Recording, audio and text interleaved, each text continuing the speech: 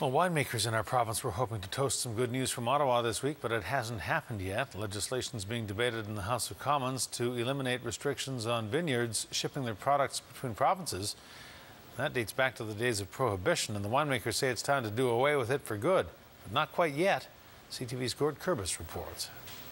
It's one of Vancouver Island's newest wineries, but it's already becoming a great success. Coastal Black is located on 820 acres at the base of Mount Washington. In just 2 years of bottling product, they've already received several awards. It's all from stuff we produce here on the farm. So we have the raspberries, blueberries, and blackberries. We make berry wines, whether they're tables, dessert wines, sparkling wines. Their product can be purchased at 80 private liquor stores up and down the island or from on their premises.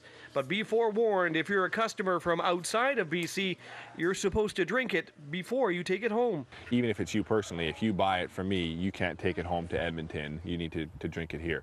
Now, nobody really enforces that. Like if you're going to go across, you're not going to get in trouble for it. But BC winemakers can get in trouble. They're restricted against shipping their product to customers in other provinces, something producers want to see changed. It would be nice just for ease for our clients, for sure, our customers for sure, because we do get a lot of tourism out of Alberta and people that come over here, and it's difficult for them to take it home with them. You know, lots of people do carry-on bags and they say, oh, I'd have to buy a case and ship it home, but we can't do that for them. Over at the Beaufort Winery, co-owner Jeff Vandermolen is very excited now that legislation is being debated in the House of Commons to try to lift restrictions. We've got a growing number of customers across the country, and right now it's illegal for us to essentially transport our wine there. The legislation was up for third reading in the House yesterday, but politicians ran out of time to do a vote, so progress will have to wait to another day. Winemakers have already been waiting for years. Apparently the law goes back to Prohibition days, and it's something that